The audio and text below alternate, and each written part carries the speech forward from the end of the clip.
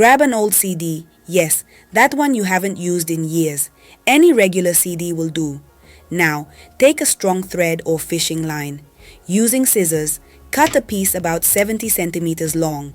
Next, take the CD and insert the thread through the center hole. Tie a secure knot to make sure it doesn't slip out. If you want, you can even tie a few knots to be extra sure it holds.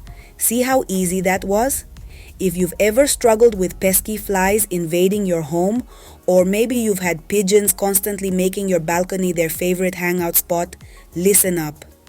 Hanging these CDs on your balcony, front door, or windows works as a natural deterrent. Here's how it works.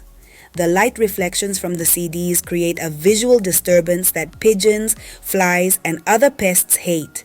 Birds like pigeons avoid balconies and ledges, flies won't even think about coming near your windows, and other bugs will stay far away from your home. Not only is it chemical-free and super cost-effective, but it also adds a bit of sparkle to your outdoor space.